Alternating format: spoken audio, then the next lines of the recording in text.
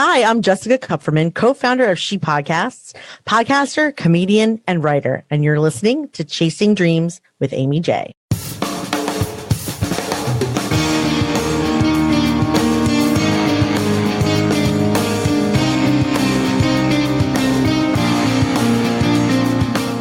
Welcome to Chasing Dreams Podcast with Amy J.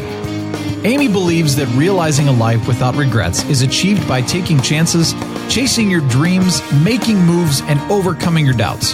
The Chasing Dreams Podcast will help you overcome life's obstacles, believe in your potential, and inspire you to face your fears. And now here's the woman who is passionately pursuing her dreams, Amy J. Hey, Dream Chasers, this is Amy J, and thank you so much for tuning into episode 185 of Chasing Dreams. Guys, before we get too far, here is a word from our sponsor. This episode of Chasing Dreams is sponsored by our 2019 Fundathon supporters. Fundathon is our fundraising efforts to keep this show on the air till March 2020. To do that, we need to raise $13,000, and we're on our way, but we still need your help. If you'd like to donate, please visit amyj21.com/donate. And Dream Chasers, two things I want to remind you of, whether it's for us or another charity or cause you want to support. One, it's not the size of the donation that matters. So if you can't donate a lot, think nothing of it. Know that I appreciate the $12 donations just as much as the other donations, because I know that's your lunch money. That's your money to go see a movie or go out. So regardless of how much money you can give, your donation is important, and I thank you for your generosity. And two, please don't wait for someone else to help out. You can't control the actions of others, only your own. We can't reach the goal without your help. Again, if you'd like to support us, please visit amyj21.com/donate. And to all those who have donated so far, thank you. That's right. Thank you again, Fundathon supporters. We appreciate you guys. Today, I have a friend it's been a long time coming. She should have been on sooner, but we couldn't make the schedules work, but it's okay because she's here today. Jessica Kupferman is an internet and digital marketing pioneer who helps content creators grow and monetize a loyal, rabid fan base through understanding connection and the power of influence. She has worked on the branding and messaging for large corporations such as Comcast and Subaru, as well as with hundreds of bloggers, podcasters, and online entrepreneurs by teaching personality-driven social media and sales strategy. She's the co-host and co-founder of the She Podcast brand, which currently supports over 10,000 female podcasters and has a digital marketing reach of over 50,000 content creators.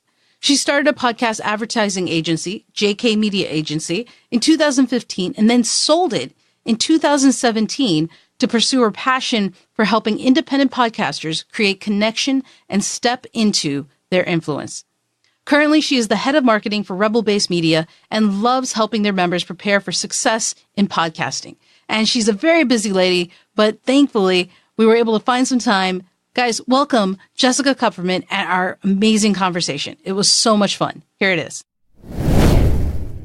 Hey, Jess, welcome to the show.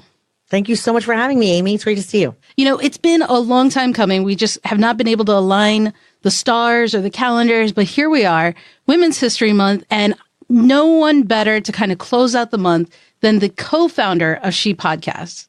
I'm honored. Thank you for saying that. Well, I'm not sure I live up to that, but I hope so. Well, it's not just about the fact that you've co-founded a women's organization, right? It's also in what you do and what you have going on. But what interests me is that you started this podcast, this organization in 2014, about, 4 years now? 5, yeah, almost 5. What was probably in the first month, how many members did you have? Oh, 100? 100. You grew in 4 years, grew from 100 to over 11,000. In fact, as of this recording, it's 11,610. Hey-oh, that's awesome. And that wasn't through buying women, which, as I said that, how much are they? Right. As I said that, guys, it just kind of came out. But you know what you do? People do that? Guys, you shouldn't do that. For me? You can't do that. You can't do that, guys. I'm for sale. But you know what I mean? You didn't buy bots. You didn't buy memberships or anything like that. Authentic, organic growth. 4 years. That's phenomenal. And what has the feedback been about creating this environment of familiarity and comfort for podcasters who are women? Yes. I mean, a lot of our members are very grateful for the group because they feel like they can be themselves without feeling worried that they're asking a stupid question, that they have asked something that's been asked before. People in our group do not get snarky. They don't diminish people for asking questions that have already been asked a zillion times. It's nice. So it's Elsie and I like to say it's a safe space. And creating that safe space, I think, has a lot to do with our own character. Mm-hmm. She and I have a lot of character traits that are similar. Integrity's at the top of the list. So we don't allow people to sell. We don't allow people to be mean. We don't allow any kind of, I guess, is the word inacceptance? We make people accept. Intolerance. Yeah, thank you.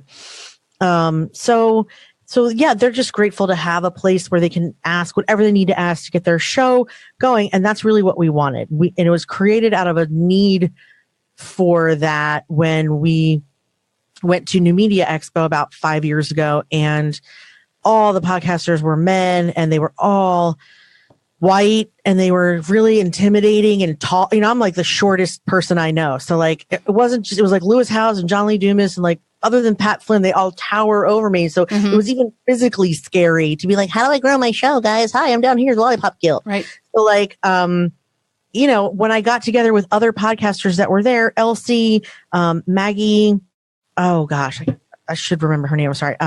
Emily Chase Smith, and there were a couple others. It felt so much more relaxing. Like it was a feeling of, I sympathize and empathize, not here's what you do. Right.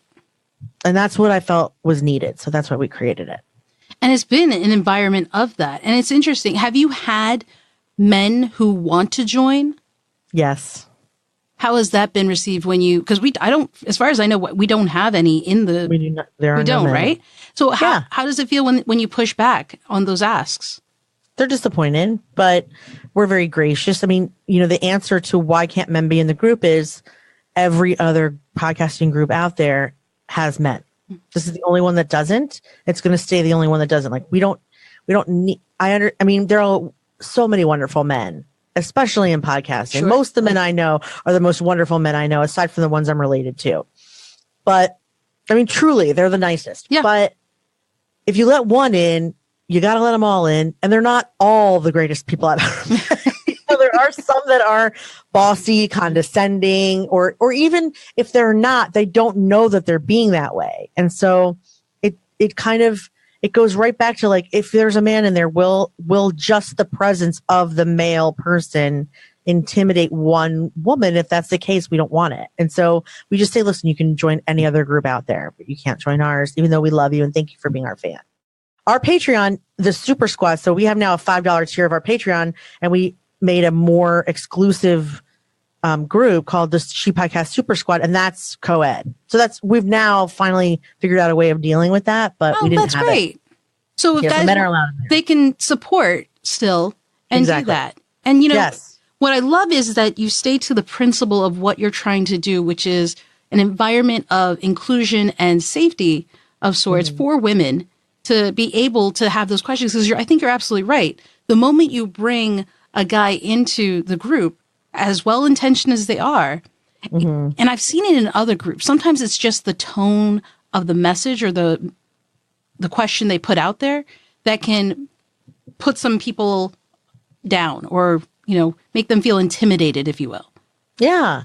You know, and also I just want to say we also allow non-binary persons in, and we also allow trans women in, and, you know, there's actually a woman in our group who transitioned to a man and he left.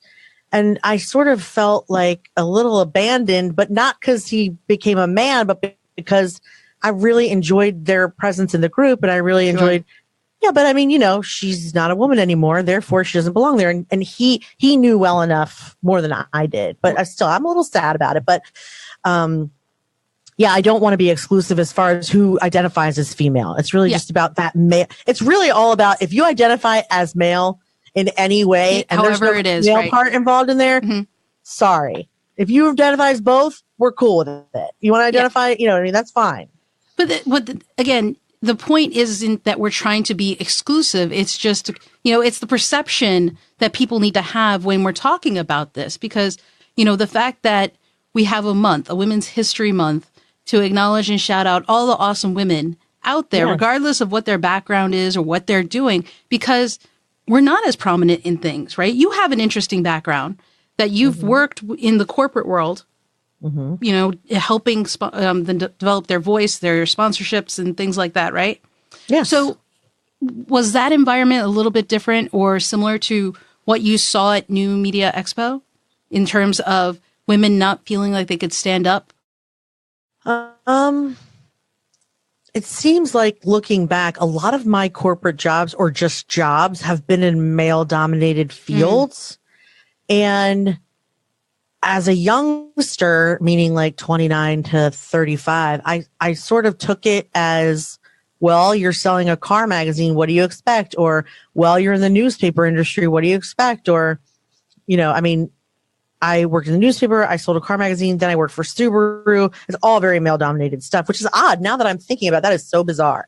But even in podcasting, I sort of take it it doesn't enrage me. Right. I mean, it does enrage others. They get very upset. Like, why are there no women doing this and women doing that? And I don't, it's not that I'm unfazed. It's that I'm not paying attention to men. So I don't care what they do. Well, I would not want it to be that a woman goes into a field just to be the token woman either, right? No, right. I'm good at my skills. Right. And who cares if there's women there? It's just, it's in the past, I think it's been the most annoying when I'm standing in a group of my peers and they're talking to each other a foot higher than me. Yes. Because I'm short, I don't get to be part of the conversation. That I do resent. Yeah. Because I can't even interrupt without kicking someone in the belt. Right. Without a physical notation and nudge. And then I would have to wear heels just to feel like I was present in the conversation. And then I resented that.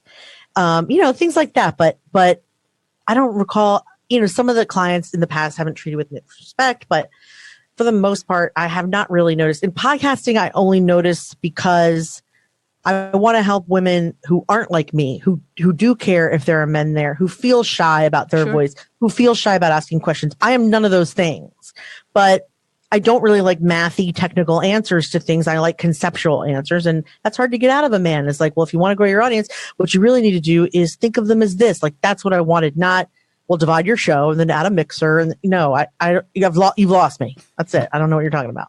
But And I completely understand that. And it's one of the things, sometimes people are more open and willing to be open in and around people they are comfortable with and who are similar to themselves.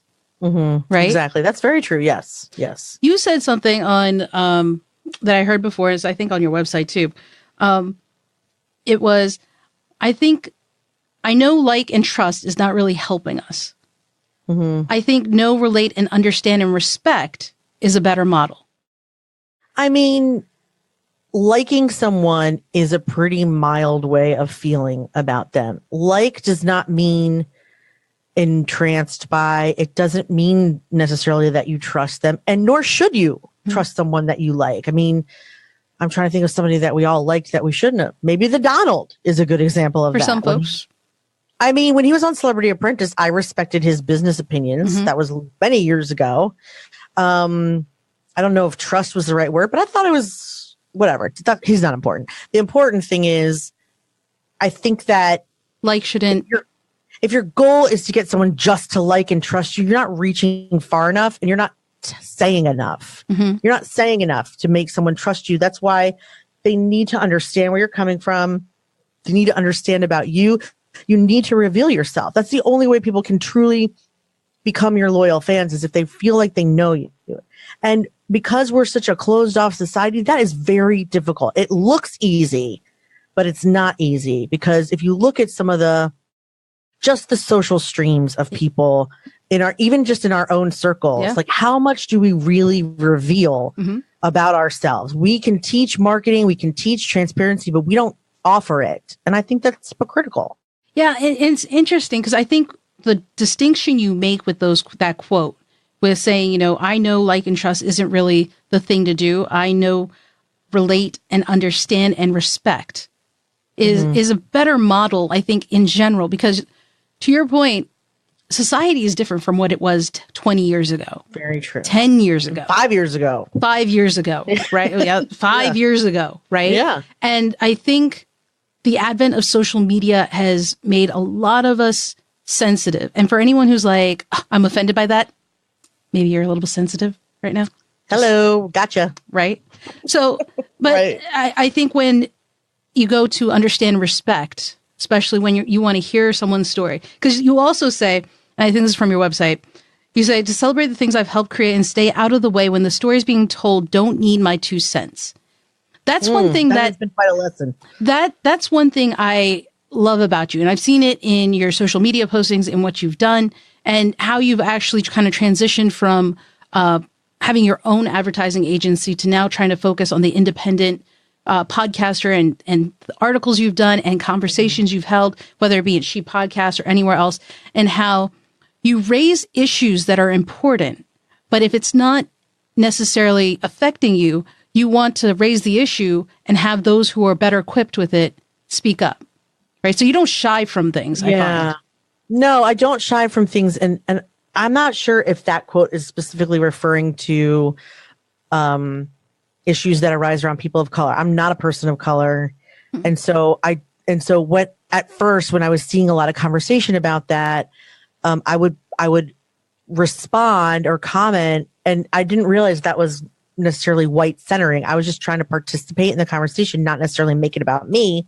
But because I'm white, I made it about me. Not even because my comment Not was intentionally right. me related. It wasn't, but it just happens to be that way. So that was a lesson that I learned. But I also think this is relevant in charity. You can't be an advocate for everything all the time. Like, I understand that people want to have a better world, a more inclusive world, a more peaceful world. Yeah. I agree with that. I concur with that. But I'm not going to donate $100 to your charity about MS when I've already working with the American Cancer Society and addicts, etc. So I love that people charity raise and fundraise, and I do it too, but I do it for the things that mean something to me because of the people that, my mother had cancer and my daughter was an addict. So I don't want to be a champion for everything because it's exhausting. Well, That sounds selfish as hell. I'm right. sorry. No, but let's Wow. Let's unpack that for a second, because I think that's true. Because if we put that pressure upon us, where every charity or if every solicitation I get in the mail about donating to fundraisers for, and it's going to sound harsh, guys, but it's like, the animal fundraisers or leukemia or, hunger. There's so many things, homelessness, name it, it'll come. Africa. But I can support and understand and agree with the cause and not be able to financially support it because we can walk and chew gum at the same time. Well, and also, isn't championing every cause just another form of being vague? Yeah. What do Agreed. you stand for? Who are you? Why MS? Why homelessness? Why hunger? Just, there's so many people that even just like, I'm supporting this. The Facebook has like the fundraiser template. Like, I'm supporting this because it's my birthday. Donate to it. Well, where's my incentive? Yeah. Did someone die? Is someone hurt? Do you have MS? There's my incentive. And I don't mean to be crude, but just the fact that people need help for our society, for me, it's not enough because I already am helping the people that I want to help. Yeah. And I know I sound like a jerk. So don't write Amy and say Jessica's a jerk. I know, but I just think it's important to be who you are and stop trying to be. If you're an advocate, you don't have to be everyone's advocate. Yeah, no, I agree. Yeah. And this is the point I want to make, guys. And what we're trying to make without sounding selfish is you. We can care about multiple causes, but we also are human and only have finite money and abilities because we have families to take care of. If we gave to everything, we're going to be the next cause we're going to ask you to donate to. Exactly. And I just think no matter what you choose to post, even if it's not about charity, even if it's about what you're making for dinner or your food habits, like if everything you post is about one subject, you're no longer three-dimensional or even two-dimensional, you have now just become a megaphone for your thing. And that's not transparency. Yeah. And I think it's an important thing for us to say, because I think some people are like, if I get hit by everything, I can't donate to anything. And I think that's just as bad, you know. Own something, like for Jess, it's Cancer Society, for me, mental health, you know, own your cause and go forth, you know, whatever it is. Don't be guilted, I guess, into not doing what you feel is right, is what we want to say. Or support the things that mean something to you. Thank you. And don't feel pressure to do everything. Even if you are a person who champions causes, like just focus on the things that matter to you. And some of this is finding out and figuring out exactly who you are and exactly who you're not. And that's something else on social media that people play with. And I think that's a dangerous thing, especially if they have a business versus their personal. There's so many people that are teachers that create this persona of sweetness and niceness and quality and education. And then you meet them in person and they're rude, not that smart, or kind of racist, or whatever. I mean, but it doesn't come out on social. And I think that's, well, it's a shame, really, because it's kind of scary. So that's why no, like, and trust also does not work, because you can't trust what you see all the time. Yeah. Well, yeah, I think that's absolutely true, especially with social media. Like, how often do you see the negative or the ugly on social media? You filter it, you take 20 versions of it until you find the one that looks right, and then you post that. But social media is a great thing. It's brought people I haven't talked to in a long time together, but it can also be very, very dangerous, you know, to oneself if you think that's the only thing these guys are going through. Yeah. I mean, it can be hard to, you know, but then there's the other, like, have you ever seen someone on social media that like every day talks about how depressed they are? That's also not really the best idea, because people worry about you. Yes. In fact, I had a friend that didn't post. She was just telling me this the other day. She's used to posting jokes and funny stuff on a regular basis. And then her husband was in a car accident. And they were in the hospital, and like then her kid got sick, and she hadn't posted in like 10 days. And like one of her friends got worried that they hadn't heard from her. She wasn't responding to text. Oh, I think her phone service stopped working or something happened. And so they called the police and made the police go over to her house. She's just like, I'm just not on Facebook. That's it. I'm fine. It's not an emergency. I didn't say there was an. She just stopped talking, period. It doesn't mean people are dead, y'all. It just means they're taking a break without announcing it. You know, the better. And that's okay. Yeah. I just thought that was hilarious. It is. Because, you know, with the way things are today, you don't have to announce. You don't have to announce taking breaks from social media. I hate when people announce taking breaks, because I feel like they think we're going to miss. You know, there's so many people online. We don't miss you. I like when you're there. I won't know if you leave. Really? Well, would you? I would assume that Facebook just didn't show your stuff to me, honestly. Exactly. Yeah. You don't realize it, so you don't have to announce it. Anyway, I just thought that was interesting. I don't remember why. But I think it's an interesting perspective on how we see social media. Like, if it's not on social media, it's not true. Like, if it's your birthday and I don't wish you on social media, does that mean it didn't happen? I can text you. Because I always forget to do that. But we're like, this is the source all, be all, end all. But yeah, I mean, I also think that, in speaking with my, you know, with what happened to her, like, we're also very prone to be alarmists. Yeah. And I think that's very dangerous too, to be an alarmist and always worry about the shoe dropping because you don't see someone on Facebook, or because, didn't that just happen recently? With the Momo challenge, where like there was a story about a terrible monster in the middle of a Peppa Pig video, and it caused a kid to do damage to themselves. And like, actually it never even happened, but the media ran with it and freaked everybody out about YouTube. Yeah. Something about YouTube kids, right? They're now disabling comments. But it was made up. No, that's different. That's about pedophilia, and that's a real thing. No, this challenge was like a monster that would come on in the middle of cartoons and supposedly tell children to like hurt themselves. But it didn't ever happen. Ever. Oh, really? No one has seen it. No one can find it. Just someone made it up. It was crazy. Y'all got to just be careful out there on these social media streets. But then CNN picks it up, and all of a sudden it's a national story, and it never happened. You know, that's a different Ridiculous. Issue. I know. Journalistic, now we're getting crazy. Journalistic integrity is a different thing. And you guys are fighting the good fight, you journalists out there. I admit it. I know it. Just saying, take some time to confirm and corroborate. Just a second before you put it online. It's not about first. It's not supposed to be right. Yes, it's supposed to be about right. That's right. Not first. Please. Right? Yeah. When TMZ gets it right over CNN and Fox, we should talk about this, guys. Yeah. We should. So I did have a question for you. And it's more about why you did something. Okay. So you sold your advertising agency. You had been working with corporate business, right? Probably doing very well with that. And you decided to focus on the independent podcaster, the independent person, the little guy in a world of Davids that there are. Right. Why? Well, I started the agency because I knew that I had the knowledge to help small shows monetize with the assets they already had. And I wanted to prove that to the advertisers. But what ended up happening was I didn't change any advertisers' minds. They still wanted bigger shows, bigger shows, bigger shows. So I ended up, in order to make money, having to sell them bigger shows and like slipping in small ones here and there. They weren't making any money.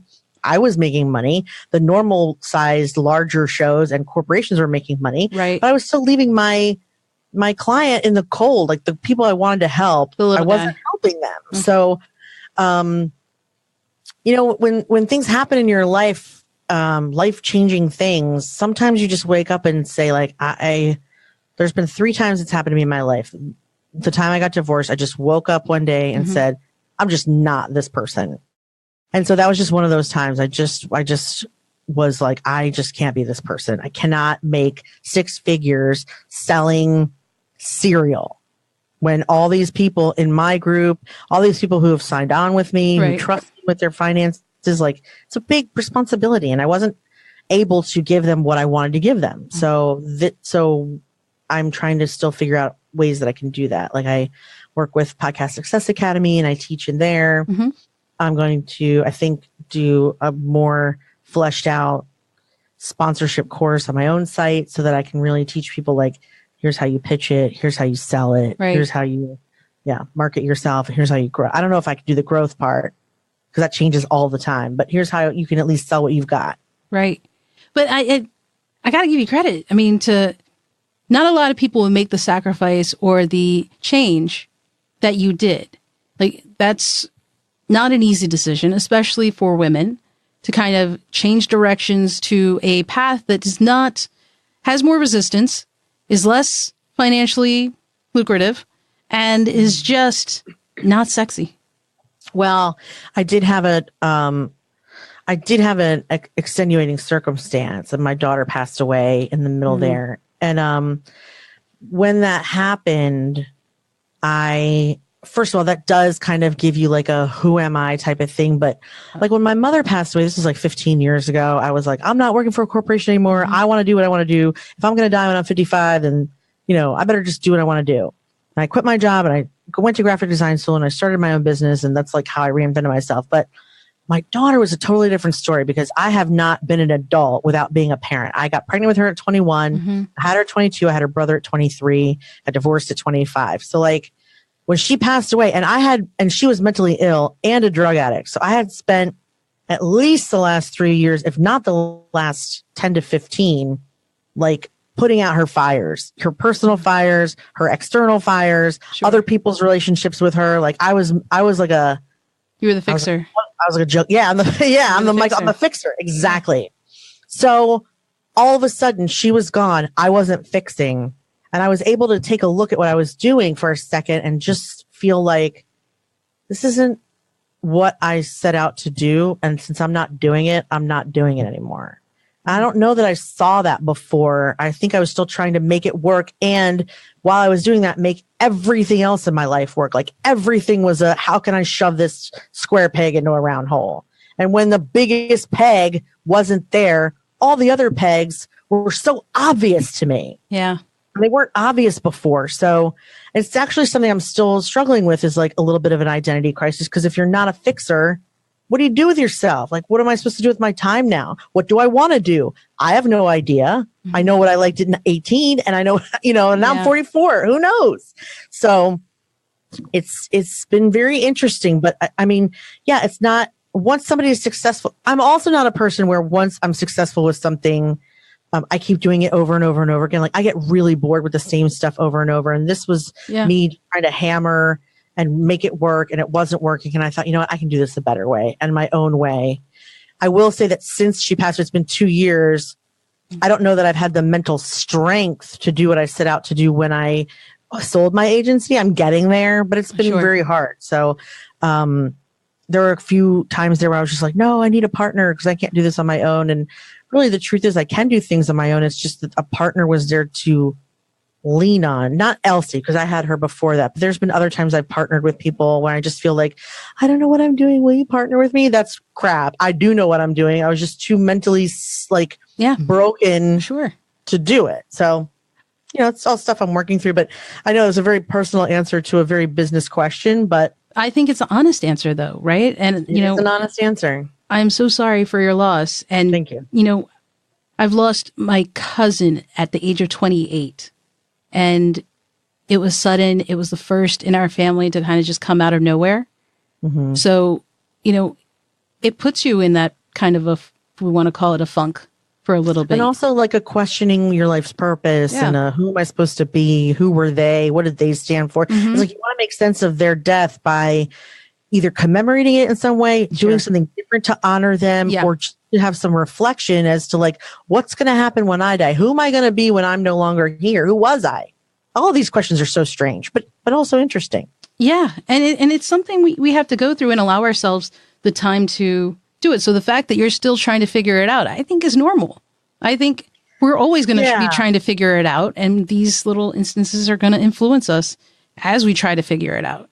I think the key is not necessarily figuring out what I'm supposed to do, but who I am. And I, for a long time, have been worried, like, what am I supposed to be doing with myself? Am I a comedian? Am I a speaker? Am I supposed to do events? Am I supposed to do podcasts? Am I supposed to teach? And like, those aren't the right questions. The right questions are, what things do I stand for? What things do I enjoy doing? What things do I hate doing?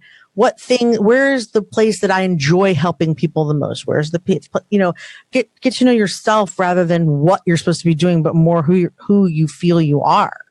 So that's a much harder question to answer, which is why it's taken me more than 2 years to figure it out. And I think sometimes it's an ongoing answer. Right? Yeah, that's probably true because we change. That is an ongoing answer. But some fundamentals are the same. Like, I'm never not going to be funny. We all know that. As you all have heard here today. Right. Like that's just going to be a given. Some things are just innate in you. But I'm glad you talked about this because I think we all struggle with that, right?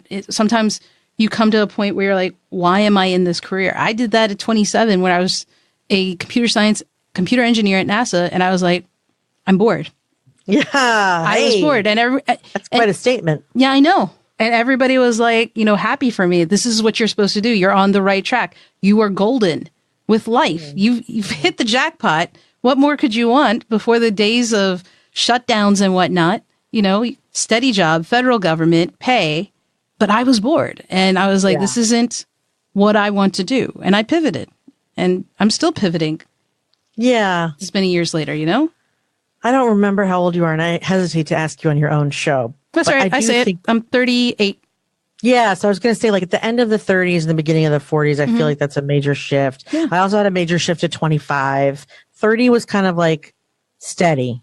But after 35, I got to be like, hold on, am I middle aged now? Like, oh my, that's something. I got to think about that, you know? But, you know, and the great part of what you're doing and what people are doing, what I want people to know is you're not quitting. You're not giving up on figuring out that answer. No, I'm just starting, really. I have to figure it out. I mean, just because. So, like, I've read books about grief and like how if someone close to you dies, you can go through the motions of your life for a pretty long time. It's called the waiting room, I guess. Christina Rasmussen calls it the waiting room, where you're not the person you were when they were alive, but you're not the person you're going to be now that they're gone. You're just stuck. Wow. And like, it was a pretty powerful concept because I don't want to be stuck because that's not really a good way to live your life. Like, I'm still alive. I have to figure out who that person is that doesn't have a daughter. I don't know who that is, but like, you know, ready or not, here it comes. There you are. Yeah. What choice do you have? So I just think, you know, I have 2 other sons. I have a husband. Like, I can't just have the same day every day. It's just not a good use of life. No, and to your point before, you'd probably get bored. Yes, I'm bored often. So yes. You had another saying that stood out to me, and you said it earlier, actually, or kind of circled around the concept. And it was that, your legacy won't be your body of work.